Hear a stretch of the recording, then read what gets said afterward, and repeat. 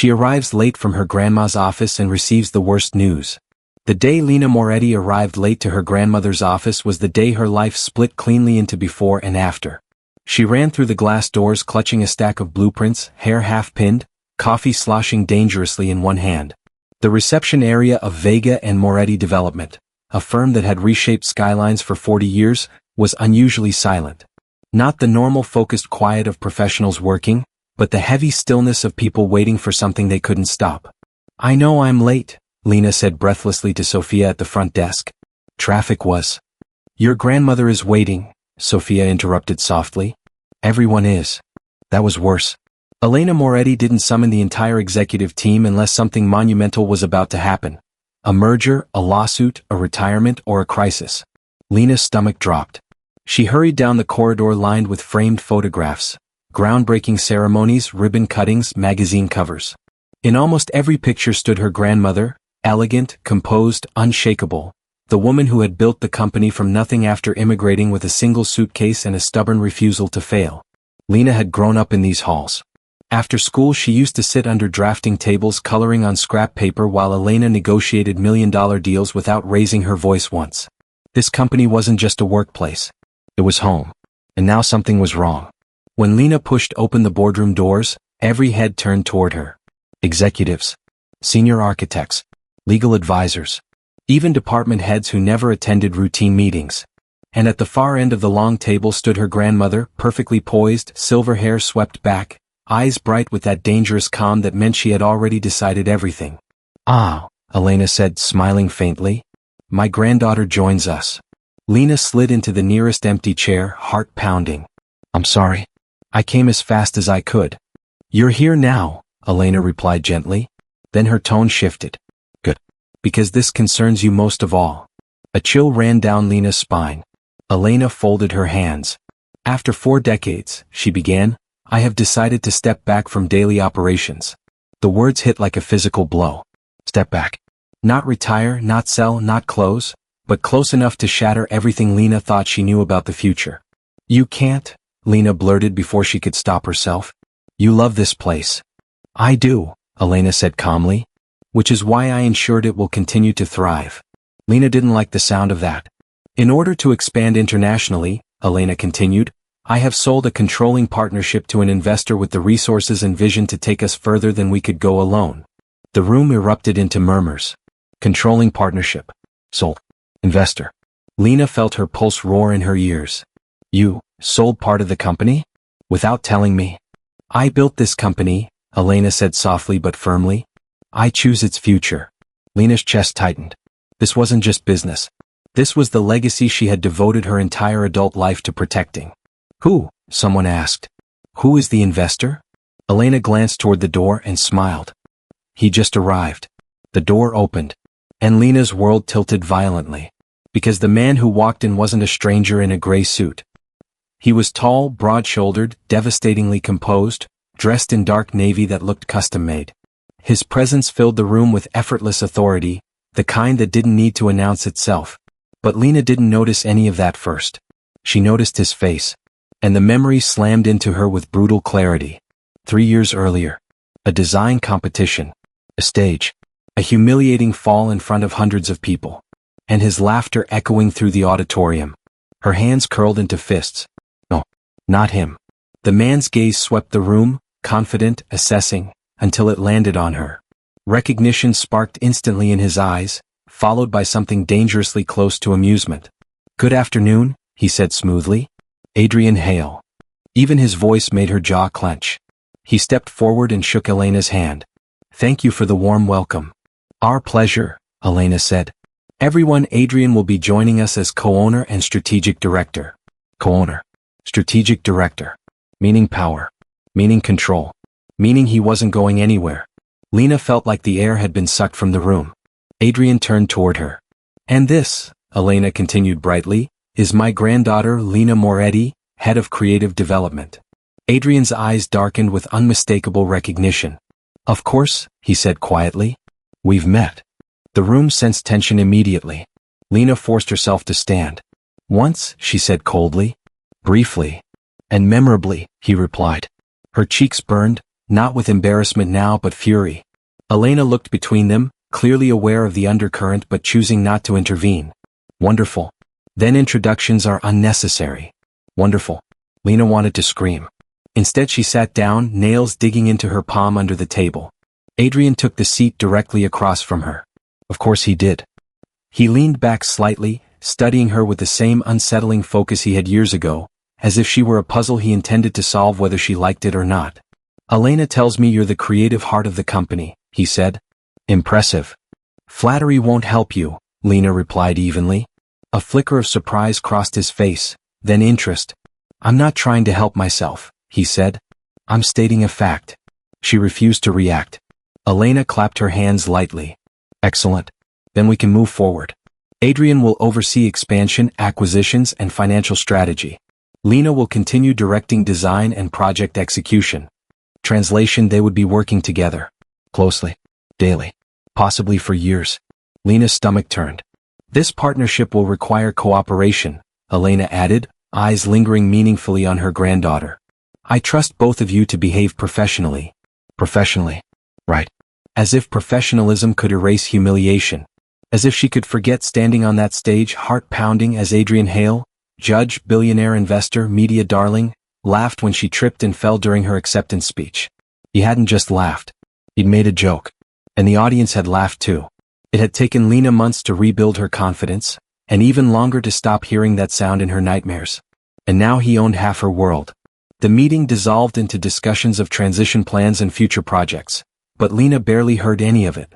Every nerve in her body was tuned to the man across the table, the man who had once reduced her to a punchline and now watched her with unsettling calm, as if waiting for something. When the meeting finally ended, people filed out slowly, whispering. Lina gathered her papers, determined to leave without speaking to him. Lina. His voice stopped her cold. She turned slowly. Adrian stood a few feet away, hands in his pockets, expression unreadable. We should talk, he said. There's nothing to discuss. 3 years is a long time to hold a grudge. Her composure cracked. You humiliated me. His jaw tightened slightly. I made a careless joke. In front of 200 people. I apologized afterward. You sent a generic email through your assistant. Silence stretched between them. For the first time he looked genuinely unsettled. That wasn't my intention, he said quietly. Your intentions don't matter, Lina replied. The damage was done. She turned to leave again. Lina. She paused despite herself. You didn't win that competition, he said, but your design was the only one I remembered. She froze. What? It was bold, he continued. Original. Human. The jury chose safer work. Her throat tightened unexpectedly. I invested in this company, he said, because I recognized your name. Shock rippled through her. You're lying. I don't lie about business. Their eyes locked, anger, history, and something far more complicated sparking between them. You should know, he added quietly, I don't laugh at you anymore.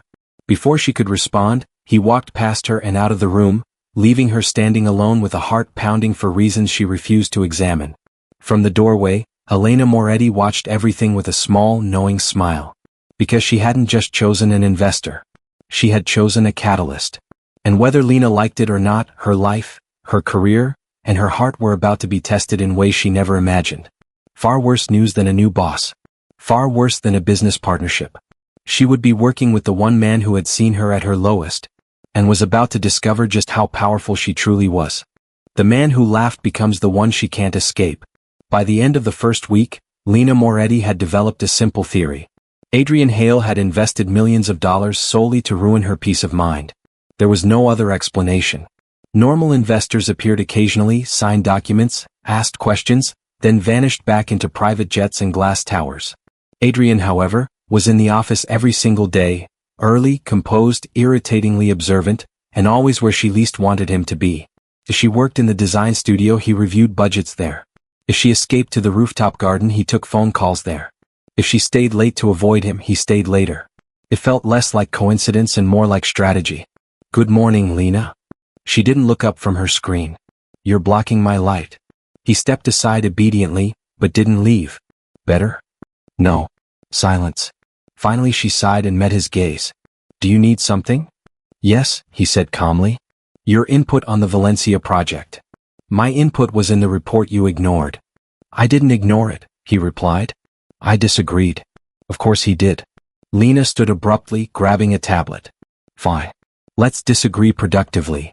10 minutes later they were in the conference room, surrounded by digital renderings and material samples.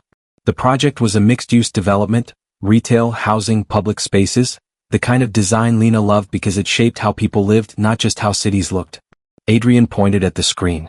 We can increase revenue by 20% if we add 2 luxury towers. It would block sunlight to the public plaza. It would maximize land value. It would erase the entire concept, she shot back. This isn't just about profit. And it isn't just about artistic purity. They stood inches apart, voices low but charged. Neither willing to yield. The rest of the team pretended to work while discreetly listening. Carlos, the senior architect, finally cleared his throat.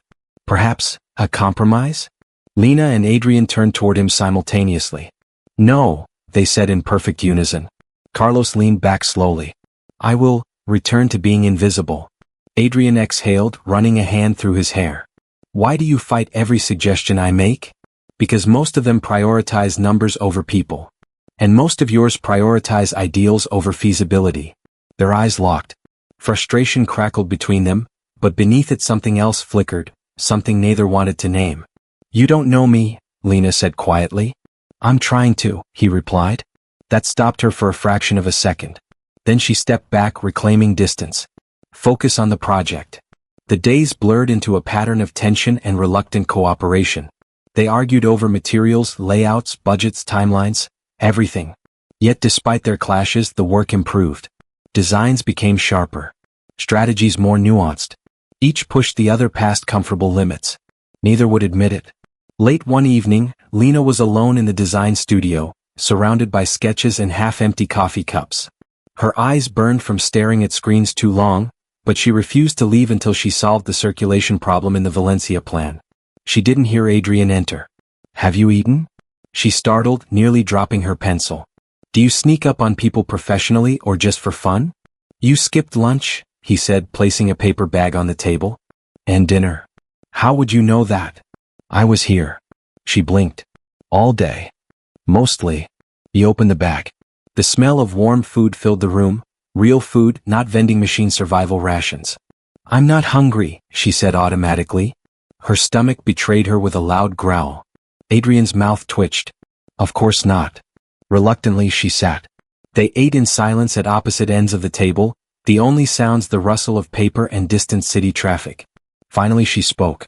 Why are you really here so much? He looked up. It's my company too. That's not what I meant. Adrian studied her for a long moment before answering.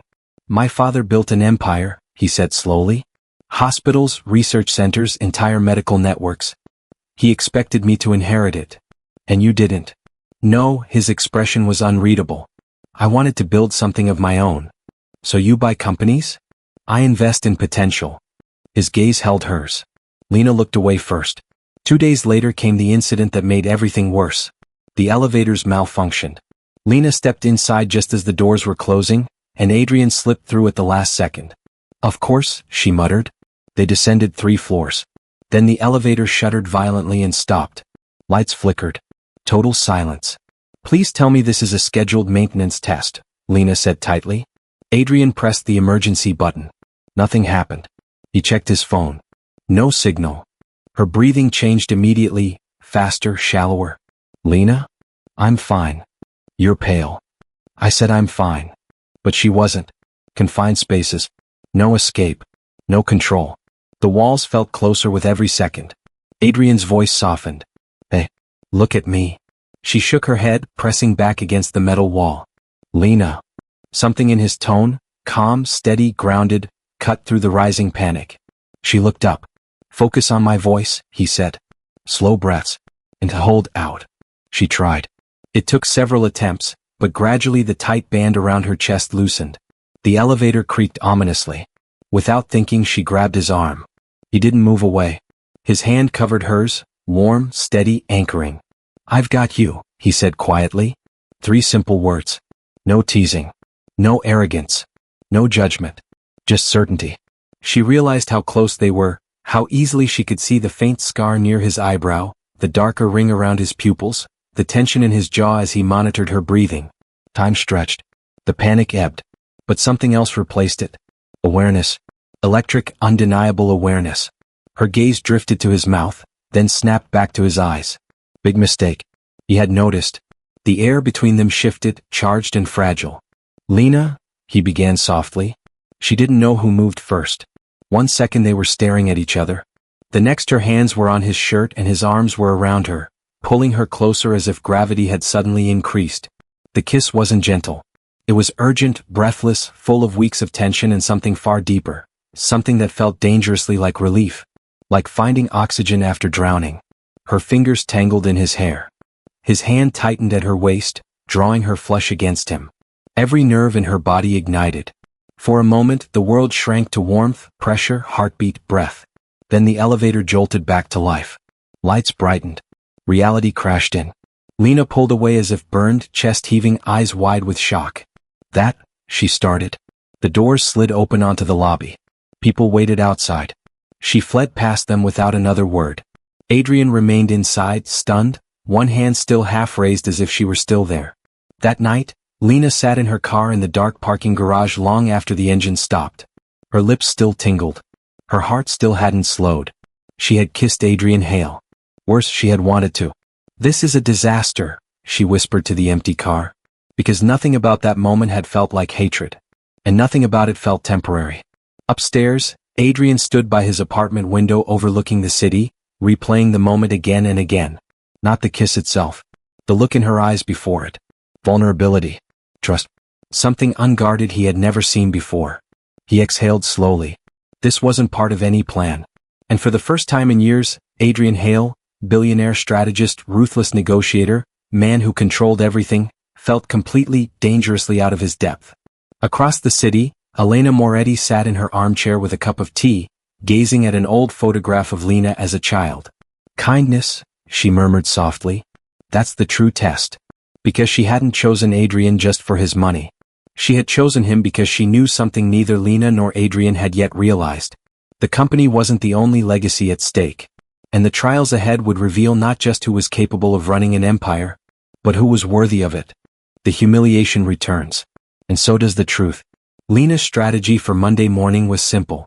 Avoid Adrian Hale at all costs. No eye contact. No conversations. No elevators. No confined spaces. No accidental proximity that could remind her of the moment that had shattered every boundary she had carefully built over 3 years. The plan failed within 6 minutes. She stepped into the main design floor, and there he was, leaning over Carlos's desk reviewing structural notes, sleeves rolled up, expression focused. He looked completely normal, composed, professional, as if nothing had happened, which somehow made it worse. He glanced up. Their eyes met. For a fraction of a second, the room disappeared, replaced by the memory of his hands on her waist, the warmth of his breath, the way the world had narrowed to just the two of them. Then he nodded politely. Good morning, Lina. Professional. Neutral. Infuriating. Morning, she replied curtly, walking straight past him. Sophia appeared beside her moments later, moving with the stealth of someone professionally trained in office gossip. Okay, Sophia whispered, what happened? Nothing happened. You're avoiding him. I am working. He looks like he didn't sleep. Lina's fingers tightened on her tablet. Not my problem. Sophia squinted. Did you two fight, or kiss? Lina stopped walking so abruptly that Sophia nearly collided with her. Go to your job, Lina said tightly. Sophia's grin widened. That's definitely a kiss. The day didn't improve. At noon, Elena summoned them both to the boardroom. Lina arrived first, taking the seat farthest from the head of the table. Adrian entered seconds later and chose the chair directly opposite her. Of course he did. Elena watched them with serene amusement that made Lina deeply suspicious. I have news, the older woman said. Important news. Lina braced herself.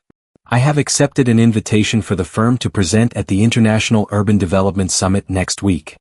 Relief flickered briefly. That was prestigious but not alarming. Then Elena continued. Lina will lead the presentation. Pride surged, followed immediately by dread. Adrian will co-present. There it was. Elena's gaze lingered on Lina meaningfully. You will represent the company together. Together. On a global stage. No, Lina said before she could stop herself. Both Elena and Adrian looked at her. I mean, of course, she corrected stiffly. Professionally. Excellent, Elena said smoothly. Because this summit includes a live Q&A session. Lina's stomach twisted.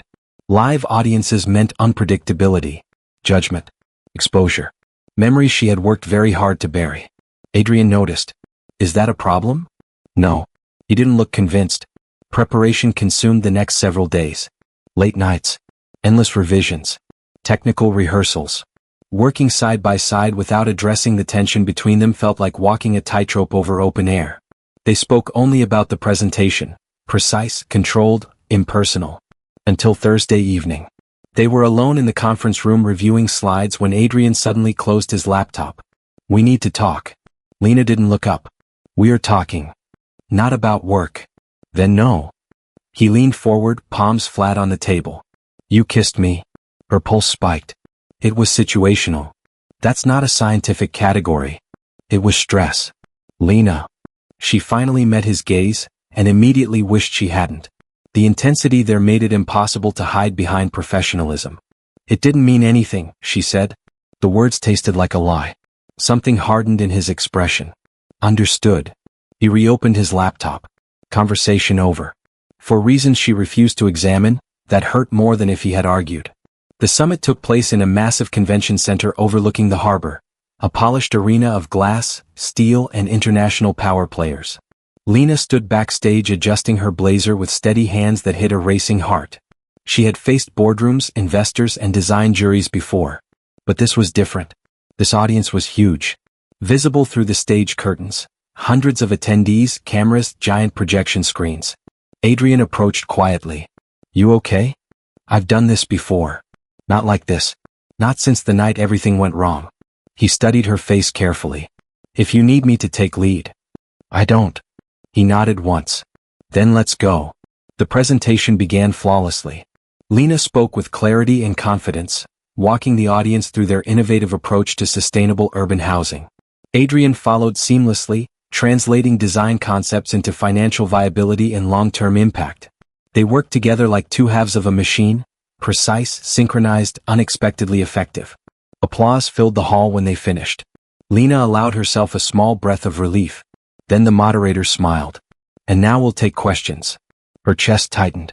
A man in the front row stood.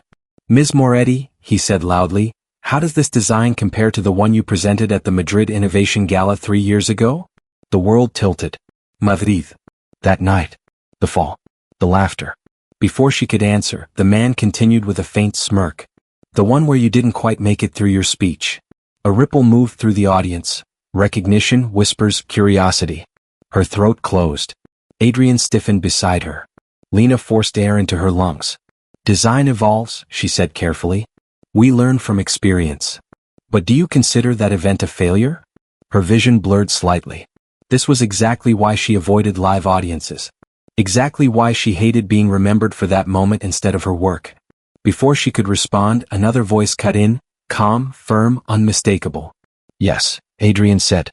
Lina turned to him in shock. He stepped forward. It was a failure, he continued. Of everyone except her. The room fell silent. She presented one of the most original concepts of that competition, he said. The fact that the audience remembers a stumble instead of the design says more about us than it does about her. The man in the front row shifted uncomfortably. Adrian's voice hardened slightly. For the record, I was on that jury. Murmurs spread. And I regret not defending her work more strongly at the time. Lina stared at him, stunned. He wasn't just acknowledging the incident. He was taking responsibility. In my opinion, he added, her design should have won. Silence. Then applause. Not polite applause, real applause, building, spreading across the hall until the sound filled the space. Lina's eyes stung unexpectedly. Not from humiliation this time. From something dangerously close to vindication. She stepped forward, voice steadier now. Thank you.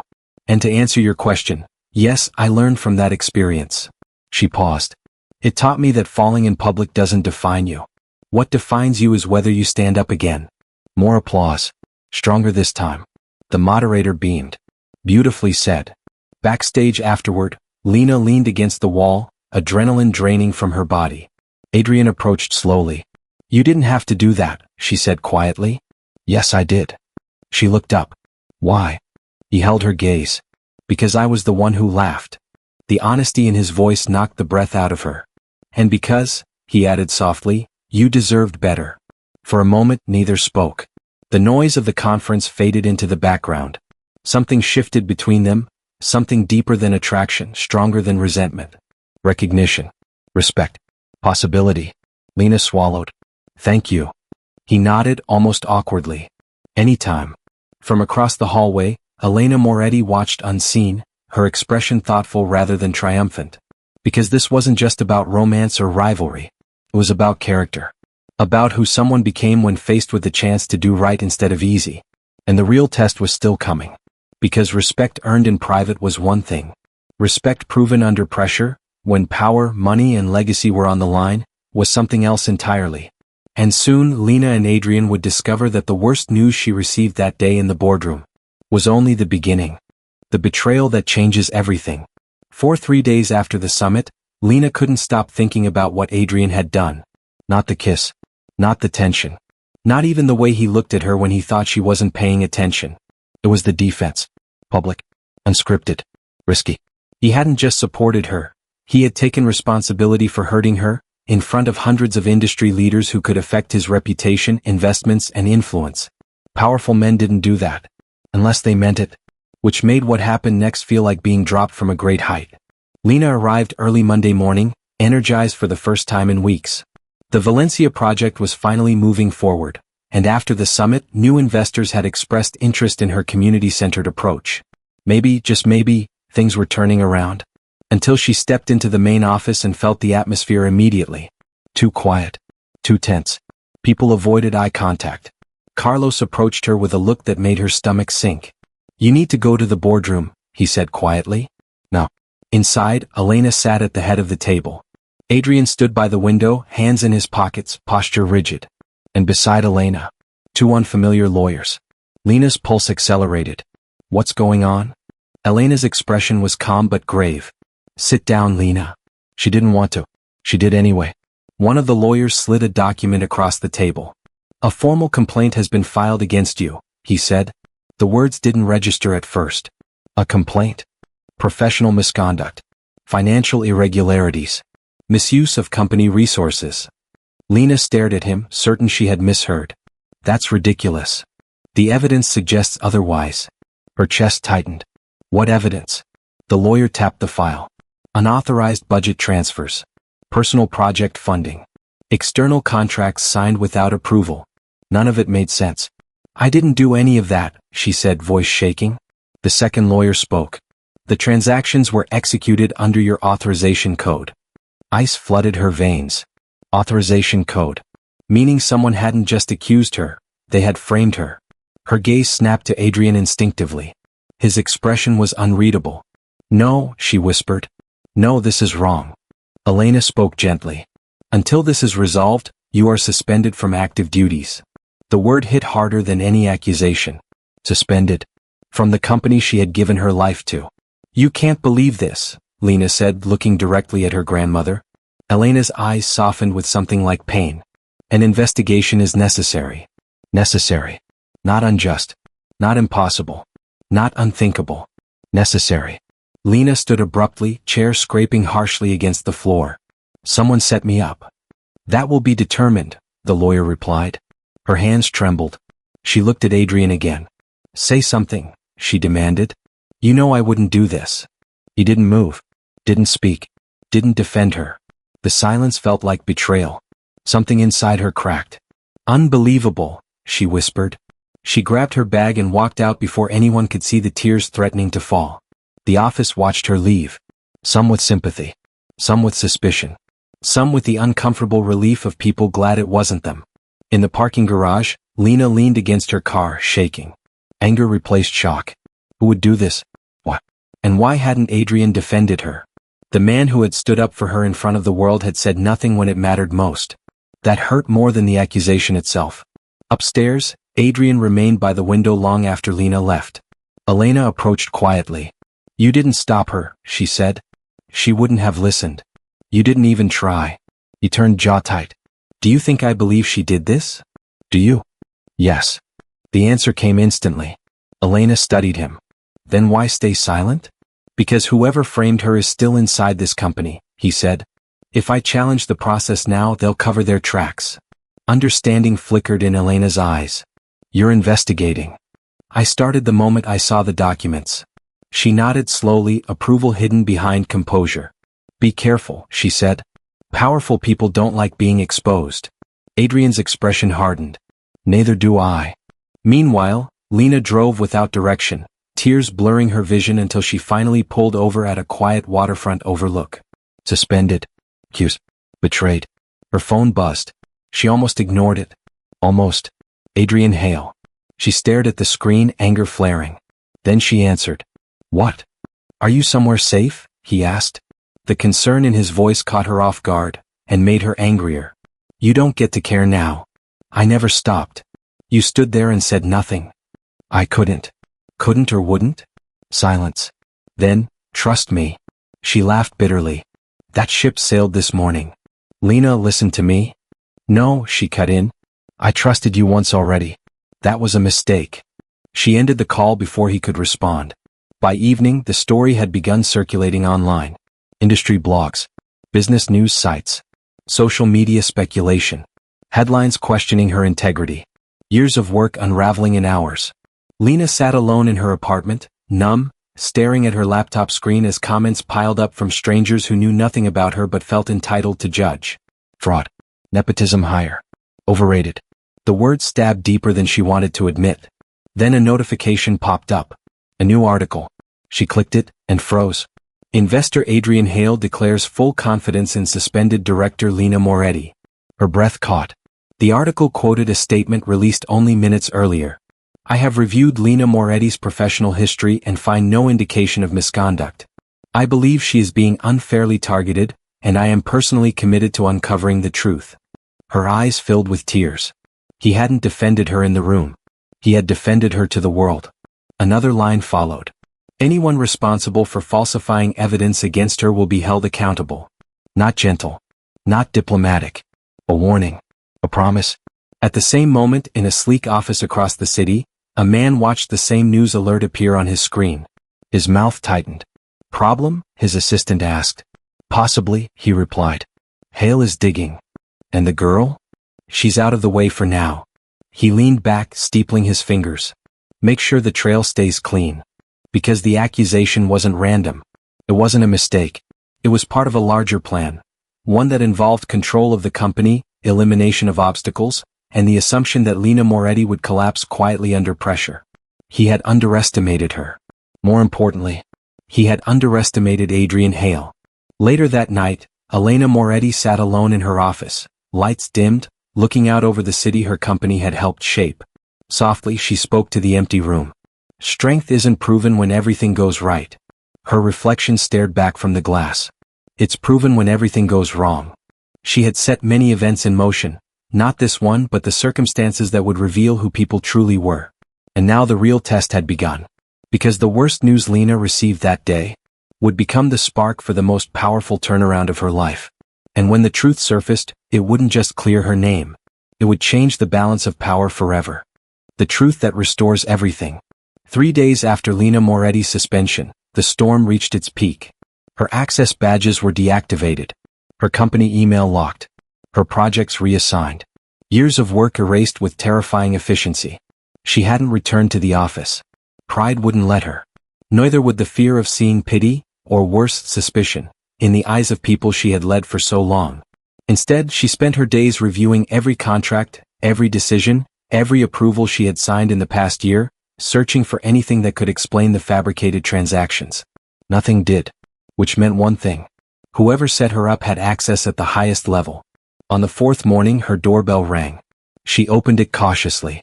Adrian stood there. Not in a tailored suit. Not composed and untouchable. He looked tired. Unshaven. Determined.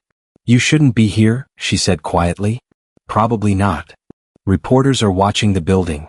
I noticed. Silence stretched between them. Finally she stepped aside. 5 minutes.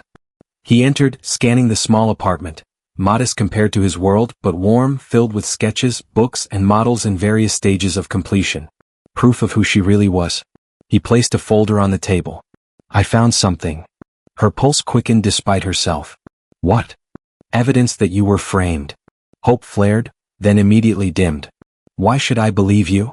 Because I didn't bring this to the board first, he said. I brought it to you. She hesitated, then opened the folder. Inside were transaction logs, security timestamps, system access records. Your authorization code was used, he said, but not from your workstation. She looked up sharply. That's impossible. The system requires biometric confirmation. Unless someone with administrative override privileges authorized a remote access window. Cold dread spread through her. That narrows the suspects, he continued, to 4 people. Her voice was barely audible. Who? He slid a second document toward her. Names. Senior executives. People she trusted. One name made her stomach drop. Victor Kane, Chief Operations Officer. Her grandmother's longtime lieutenant. Practically family. No, she whispered. He wouldn't. Adrian's expression was grim. He had motive. What motive? Control. That afternoon, Elena Moretti called an emergency board meeting. Lina wasn't invited. She showed up anyway. Security hesitated, until Elena herself appeared in the lobby and said quietly, "Let her in." Inside the boardroom, tension crackled like static before a storm. Adrian stood near the screen. Victor Kane sat confidently at the table, expression smooth but eyes sharp. When Lina entered, murmurs rippled through the room. Victor's smile was thin. I wasn't aware suspended employees could attend. You're aware now, Elena said coolly. Adrian activated the screen. Over the past several days, he began, I conducted an independent audit of the alleged irregularities. Victor leaned back. Without authorization? As co-owner, I require none. A few board members exchanged uneasy glances. Adrian continued. The transactions attributed to Lina Moretti were executed during a remote access window created under administrative override. Victor's fingers tightened almost imperceptibly on the armrest. That authority, Adrian said, belongs to exactly one operational executive. He pressed a button. Victor's name appeared on the screen. Gasps filled the room. This is absurd, Victor snapped. Circumstantial at best. Adrian didn't react. Security footage confirms that during each transaction, Lina was physically present elsewhere. Meetings, site visits, public events. More images appeared. Time-stamped. Verified. Meanwhile, Adrian said, Mr. Kane accessed the system from a private terminal. Victor stood abruptly. This is a smear campaign. Lina watched in stunned silence as the truth unfolded piece by piece. But motive matters, Adrian said. So let's discuss that. A final slide appeared. A proposal document, one Lina had never seen. Victor Kane as sole operational successor. Control transfer contingent on Lina's removal due to misconduct. The room erupted. He planned it, someone whispered. Victor's composure shattered. You don't understand what's at stake. The company needed strong leadership, not sentimental decisions based on family ties. Elena rose slowly. I built this company from nothing, she said, voice quiet but lethal. And you thought you could steal it. Victor's face twisted with desperation. I protected it. From whom? Lina asked softly. From me? He didn't answer. He didn't need to. Security entered moments later. Victor Kane was escorted out under a storm of shocked voices, accusations, and disbelief. Silence settled after the doors closed. Adrian turned to Lina. Your name will be cleared immediately. She nodded, but words wouldn't come. The weight of the past days pressed down all at once. Fear, anger, humiliation, relief. Elena approached her granddaughter slowly. I am so sorry, she said. Lina shook her head, tears finally spilling over. You didn't know. No, Elena said. But I should have. She took Lina's hands. You didn't just survive this, she said softly. You proved something far more important than talent. What? Character. Later, as employees gathered outside the boardroom waiting for news, Lina stepped into the hallway. Conversation stopped instantly. Eyes turned toward her. For a moment she felt the old fear, the memory of judgment, whispers, laughter. Then Carlos spoke. We heard. Sophia pushed forward next. You're back, right? Lina nodded. Applause broke out. Not polite applause. Not forced. Real. warm, respectful. Some people even wiped their eyes. Because they hadn't just witnessed an investigation. They had witnessed injustice overturned. That evening, Lina stood alone on the rooftop garden overlooking the city, trying to process how quickly everything had changed. Footsteps approached. Adrian stopped beside her.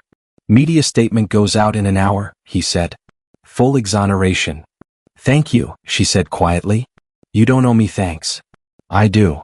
Silence settled, not uncomfortable this time, just honest. "Why did you fight so hard?" she asked. He took a long breath. "Because I know what it's like to be judged for the wrong reasons," he said. "And because I couldn't stand the idea of you believing I didn't trust you." Her chest tightened. "I did believe that," she admitted. "I know." She looked at him, really looked, past the confidence, past the power, to the man who had stood between her and public destruction without hesitation. "You didn't laugh this time," she said softly. His eyes darkened with emotion. "I never wanted to hurt you." "I know." A long pause. Then she added, almost shyly, "You did the opposite." Something shifted between them, not explosive like before, not fragile, but steady, grounded. Hope instead of tension.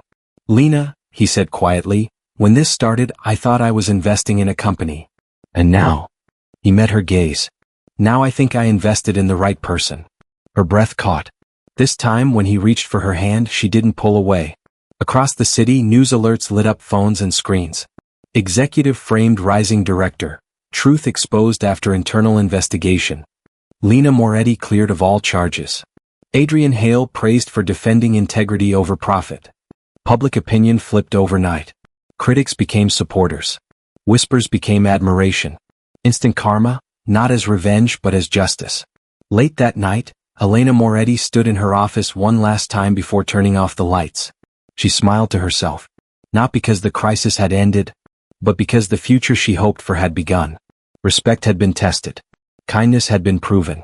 Resilience had prevailed. And the granddaughter she loved had become exactly the leader she always believed she could be. On the rooftop, Lina leaned against Adrian's shoulder, watching the city lights shimmer like distant stars. "I guess the worst news I got that day," she said thoughtfully, "turned out to be the best thing that could have happened." He smiled. "Sometimes the people who challenge you the most are the ones who help you grow." She looked up at him. "And sometimes the person who once hurt you becomes the one who helps heal you." He brushed a strand of hair from her face. "Don't judge a person by their worst moment," he said softly. "Judge them by what they do after." Below them, the city moved on, unaware of the quiet victory above. Not a victory of wealth or power, but of truth, of redemption, of choosing respect over resentment. And Lina Moretti, once underestimated, once humiliated, once nearly destroyed, now stood stronger than ever. Because the people who try to break you often forget one thing. Kindness builds strength. Integrity builds trust. And truth, no matter how deeply buried, always finds a way back into the light.